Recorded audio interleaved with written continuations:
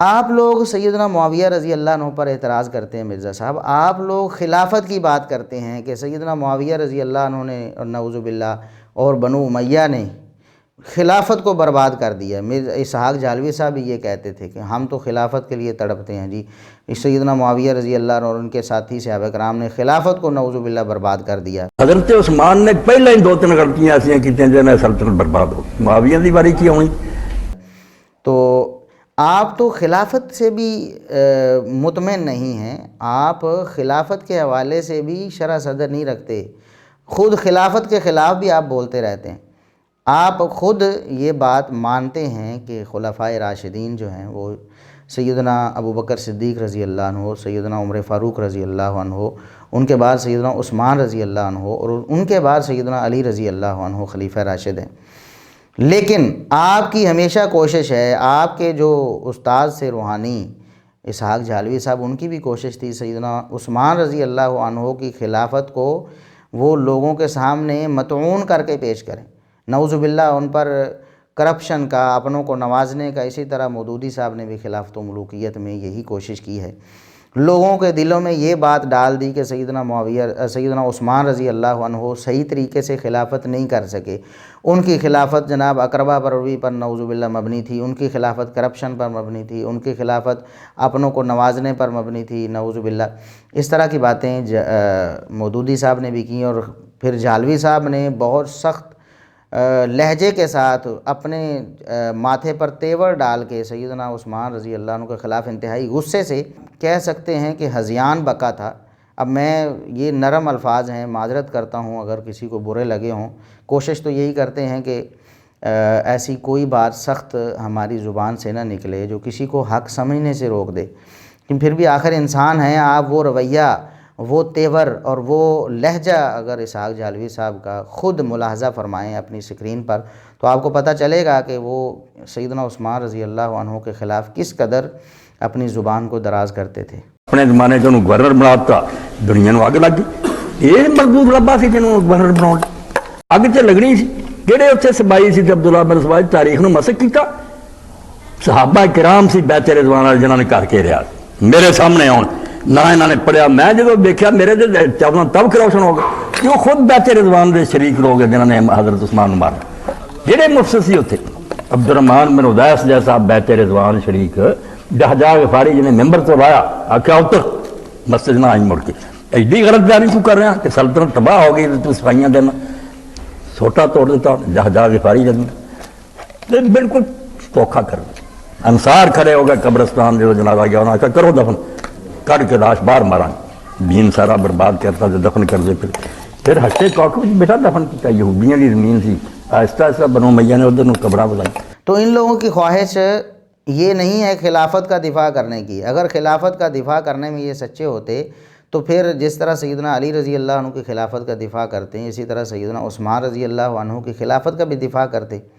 لیکن ان لوگوں نے سیدنا عثمان رضی اللہ عنہ کی خلافت میں ہمیشہ نقب لگانے کی کوشش کی ہے، اس کو کمزور ترین اور اس کو نکمی ترین نعوذ باللہ خلافت ثابت کرنے کی کوشش کی ہے۔ اب مرزا صاحب کو ہی دیکھ لیں، مرزا صاحب اپنے ایک حالیہ لیکچر میں کہتے ہیں کہ دیکھیں حضرت عمر جب تک رہے مینجمنٹ کمزور نہیں ہوئی۔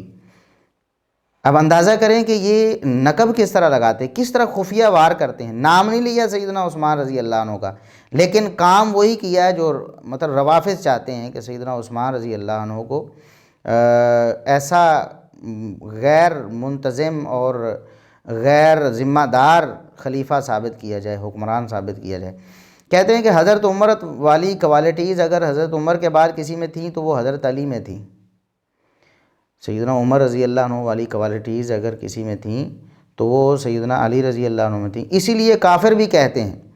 اب دیکھیں کافروں کا قول لوگوں کے سامنے اس طرح سجا کر بنا کر پیش کیا، اور اپنی بات نہیں کی تاکہ لوگ یہ نہ کہیں کہ یہ سیدنا عثمان رضی اللہ عنہ کے خلاف بول رہے ہیں، لیکن لوگوں کے دلوں میں بات ڈال دی۔ بات کیا ہے؟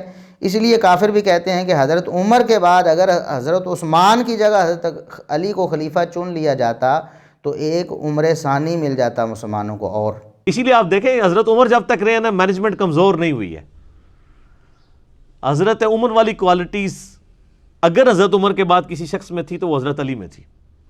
اسی لیے کافر بھی کہتے ہیں کہ حضرت عمر کے بعد اگر حضرت عثمان کی جگہ حضرت علی کو خلیفہ چن لیا جاتا تو حضرت ایک عمر ثانی مل جاتا مسلمانوں کو. اور کہتے ہیں کہ اگر سیدنا عمر رضی اللہ عنہ کے بعد سیدنا عثمان رضی اللہ عنہ کی بجائے ڈائریکٹ یعنی تیسرے خلیفہ کو سکپ کر کے چوتھے خلیفہ جو تھے ان کو تیسرا خلیفہ بنا لیا جاتا سیدنا علی رضی اللہ عنہ کو، تو مسلمانوں کو ایک اور عمر ثانی مل جاتا. کیا کہنے کا مقصد ہے؟ لوگوں کے ذہنوں میں کیا بات ڈال رہے ہیں کہ سیدنا عثمان رضی اللہ عنہ کی خلافت، ان کی بیعت کرنے کا فیصلہ صحابہ کرام کا درست نہیں تھا. نعوذ باللہ، حالانکہ یہ اجماعی خلافت کی بیعت تھی سیدنا عثمان رضی اللہ عنہ کے ہاتھ پہ جو صحابہ کرام نے کی، اور یہ کافروں کے قول کو پیش کر کے اس کو لوگوں کے سامنے صحیح باور کروا رہے ہیں، جبکہ وہ کافروں کا قول تو نبی کریم صلی اللہ علیہ وسلم کی واضح احادیث کے بھی خلاف ہے. اور یہ مودودی صاحب، یہ جھالوی صاحب اور یہ مرزا محمد علی انجینئر صاحب، تینوں کی کوشش سیدنا عثمان رضی اللہ عنہ کی خلافت کو ڈی گریڈ کرنے کی ہے. اور تینوں نے، اور جتنے بھی روافظ ہیں یا جتنے بھی اب کافر بھی اگر ایسا کہتے ہیں تو بالکل غلط، قرآن و سنت کی نصوص کے خلاف بات ہے. لیکن نبی کریم صلی اللہ علیہ وسلم نے نبوت کی وحی جو ہے اس کے ذریعے بہت ساری باتوں کا اظہار فرمایا، تو ان میں سے سیدنا عثمان رضی اللہ عنہ کی خلافت بھی تھی.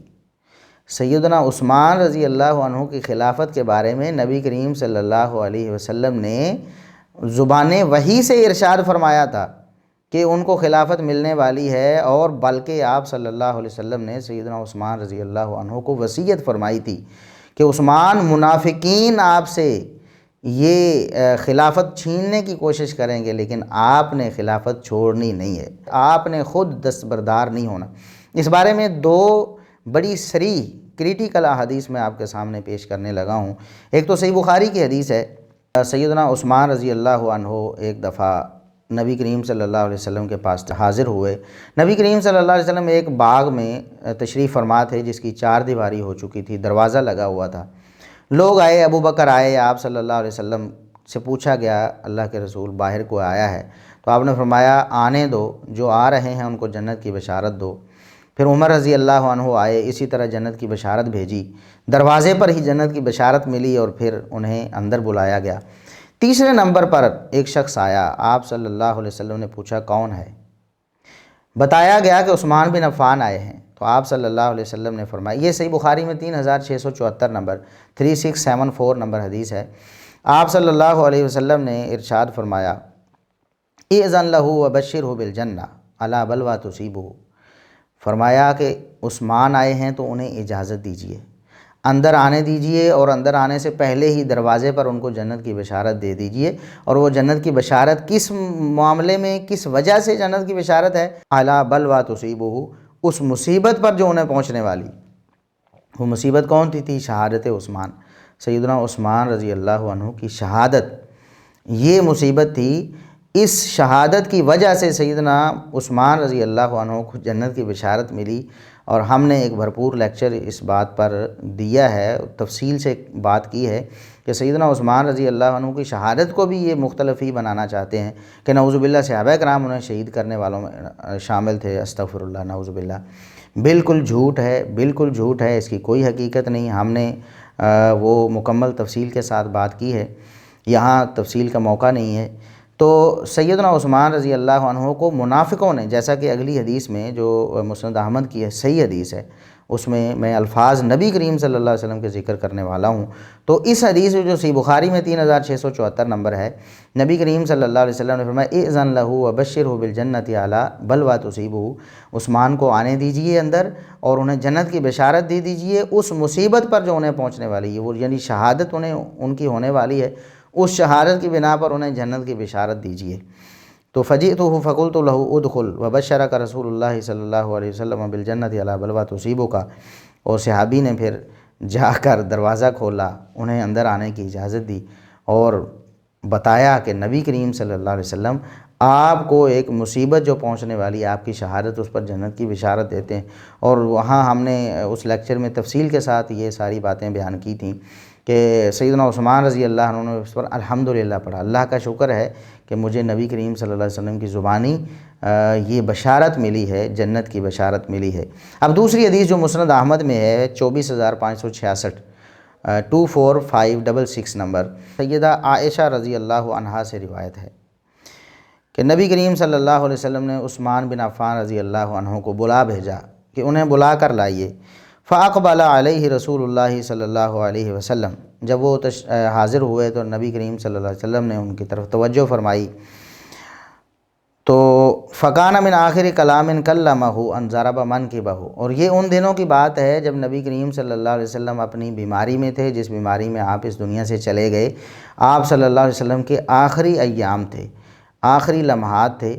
عثمان بن عفان رضی اللہ عنہ کو بلا کر آپ کے کندھے پر ہاتھ رکھ کر، کندھے پر ہاتھ مار کر، تھپکی دے کر، جسے کہتے ہیں تھپکی دینا، آپ صلی اللہ علیہ وسلم نے تسلی دی، ہمت بندھائی سیدنا عثمان رضی اللہ عنہ کی، اور فرمایا یا عثمان، اے عثمان، ان اللہ عز و جل عسى ان یلبسک قمیصا، اللہ تبارک و تعالیٰ عن قریب آپ کو ایک خلعت پہنائیں گے، خلافت کی خلعت، ایک خلعت، ایک قمیص پہنائیں گے۔ فَإِنْ أَرَادَكَ الْمُنَافِقُونَ عَلَى خَلْعِهِ فَلَا تَخْلَعْهُ حَتَّى تَلْقَانِي، اگر منافقین یہ کوشش کریں کہ آپ وہ خلعت اتار دیں تو آپ نے وہ خلعت نہیں اتارنی یہاں تک کہ آپ نے مجھ سے ملاقات کر لینی ہے، یعنی دنیا سے چلے جانا ہے، اللہ کے پاس آ جانا ہے، میرے پاس آ جانا ہے، لیکن خلافت سے خود دستبردار نہیں ہونا۔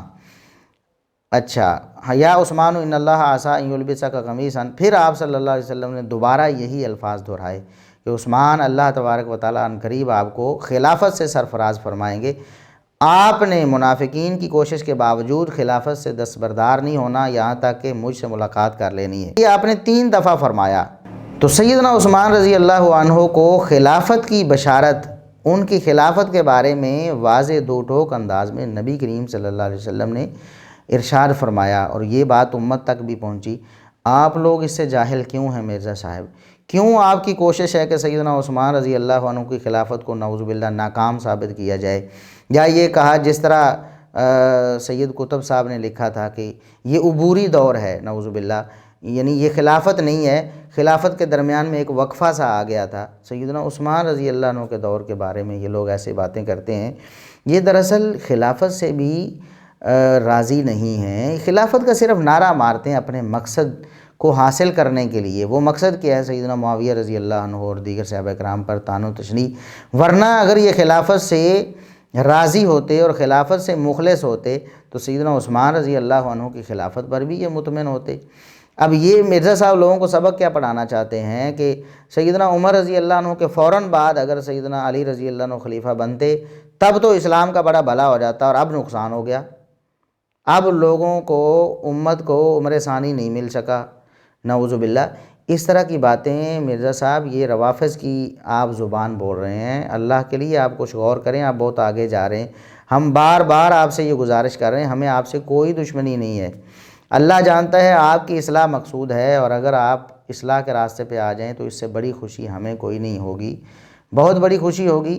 آپ کیوں آگے آگے چلتے جا رہے ہیں؟ یہ احادیث آپ کہتے ہیں صحیح احادیث کے مطابق میں باتیں کرتا ہوں، یہ نبی کریم صلی اللہ علیہ وسلم کی صحیح احادیث آپ کے سامنے نہیں ہے۔ صحیح بخاری کی حدیث ہم نے، مسند احمد کی صحیح حدیث آپ کے سامنے پیش کی۔ نبی کریم صلی اللہ علیہ وسلم نے اپنی زبانی خلافت کی بشارت بھی دی اور جنت کی بشارت بھی دی، اور آپ صلی اللہ علیہ وسلم نے وصیت فرمائی سیدنا عثمان رضی اللہ عنہ کو کہ آپ نے یہ خلافت نہیں چھوڑنی، اور جو آپ سے خلافت چھوڑنے کا متمنی ہوں گے کہ آپ خلافت چھوڑیں، جو طلبگار ہوں گے وہ منافق ہوں گے۔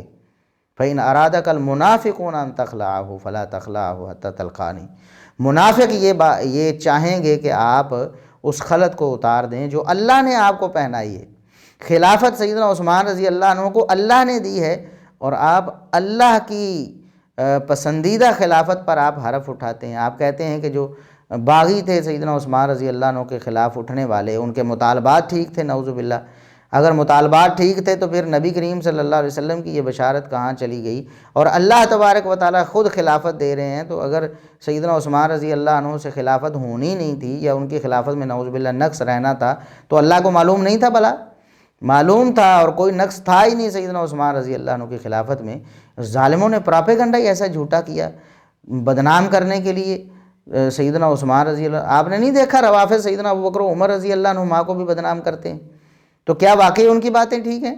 وہ بھی اس طرح قرآن کی آیتیں پیش کر کے استدلال کرنے کی کوشش کرتے ہیں نعوذ باللہ صحابہ کرام کے خلاف، شیخین کے خلاف، خصوصاً ابو بکر و عمر رضی اللہ عنہما کے خلاف، وہ بخاری کی حدیثیں پیش کرتے ہیں۔ تو کیا پھر آپ ان کی بات بھی مان لیں گے کہ بخاری کی حدیث میں جس طرح میرے ذہن میں آ گئی یا کسی رافضی کے ذہن میں جو بات آ گئی بس اس سے وہی استدلال صحیح ہے؟ آپ کو کوئی حق نہیں ہے مرزا صاحب ایسا کرنے کا۔ سلف صالحین نے کیا کیا، صحابہ تابعین، تبع تابعین اور ائمہ دین، آپ ان کا فہم کیوں نہیں لیتے؟ آپ کہتے تھے کہ فہم سلف کو میں مانتا ہوں، اب فہم سلف کہاں چلا گیا؟ آپ مجھے بتائیں کہ جن احادیث سے آپ سیدنا معاویہ رضی اللہ عنہ کے خلاف استدلال کر رہے ہیں، کیا وہ احادیث سلف صالحین کے سامنے نہیں تھی؟ اور ہم نے پیش کیا اللہ کے فضل و کرم سے ان کا صحیح فہم بھی، کہ ان کا صحیح فہم کیا تھا۔ آپ نے جان بوجھ کے ترجمے میں ڈنڈی مار کے، خیانت کر کے، بریکٹیں لگا کر، جھوٹی موٹی باتیں ان حدیث میں داخل کر کے بدنام کرنے کی کوشش کی ہے سیدنا معاویہ رضی اللہ عنہ کے دور حکومت کو، لیکن آپ کامیاب نہیں ہو سکیں گے۔